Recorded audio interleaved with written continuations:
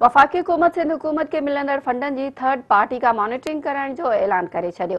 फवाद चौधरी चयो आहे त सुप्रीम कोर्ट जे रिमार्क्स खां पोइ सिंध जे वॾे वज़ीर खे इस्तीफ़ा ॾियणु घुरिजे। कोई इज़तदार माण्हू हुजे हा त इस्तीफ़ा ॾेई छॾे हा।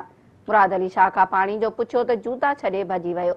कराची प्रेस क्लब में ॻाल्हाईंदे इतलात खाते जे वफ़ाक़ी वज़ीर फवाद चौधरी चयो त जेके पैसा सिंध खे ॾियूं था उहे लांचुनि ज़रिए ॿाहिरि मोकिलिया वञनि था ऐं दुबई मां हथ अचनि था।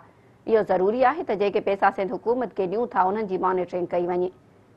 फवाद चौधरी चयो त सिंध जे वॾे वज़ीर खे ॿीहर यादि ॾियारियूं था त आर्टिकल 140 ते अमल कराइणु ज़रूरी आहे।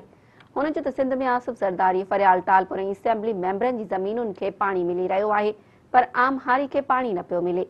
हुन चयो त अपोज़िशन जूं तजवीज़ूं पार्लियामेंट में अचणु घुरिजनि, पर अपोज़िशन लीडर एपीसी कराइणु चाहे थो। पीडीएम जे नाले ते ख़राब ज़ाइके वारी डिश ठाही वई आहे, उन जो हिकु चमचो बि चखे नथा सघनि। हुन चयो त सिंध में जमहूरियत नाहे, जमहूरियत जे नाले ते डिक्टेटरशिप आहे। असांखे ॿुधणो पवे थो त वफ़ाक़ी हुकूमत कराची मां खटियो आहे त रोड ठीक छो नथा थियनि। असां जेके पैसा सिंध खे ॾियूं था उन्हनि बाबति चयो वञे थो त असां खां न पुछियो वञे। इहो ज़रूरी आहे त जेके पैसा सिंध खे ॾियूं था उन्हनि जी मॉनिटरिंग कराई वञे। हुन चयो त इरसा चयो त असां मॉनिटरिंग कंदासीं त सिंध में केतिरो पाणी दाख़िल थी रहियो आहे ऐं केतिरो चोरी थी रहियो आहे।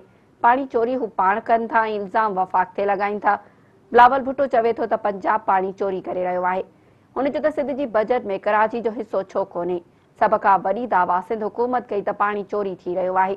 जॾहिं पाणी चोरी जो पुछणु चाहियो त मुराद अली शाह जूता छॾे भॼी वियो। ही सिंध में पाणी जो हिसाब ॾियणु नथा चाहिनि। हुन चयो त घोटकी में गैस जे नाले ते जेतिरा पैसा वरिता विया घोटकी खे त पेरिस हुजणु घुरिजे हा, पर मुराद अली शाह एंड कंपनी ख़बर नाहे पैसा किथे ख़र्च करे रही आहे। ही जनाब पैसनि जे ढेर ते वेठा आहिनि। हुन चयो त सिंध जा सभ खां वॾा दुश्मन ही पाण आहिनि। ही आख़िरी इलेक्शन हुई जेका हिननि खटी आहे। 2023 जी चूंडनि में इमरान ख़ान पाण लीड कंदो ऐं सिंध में हुकूमत ठाहींदो।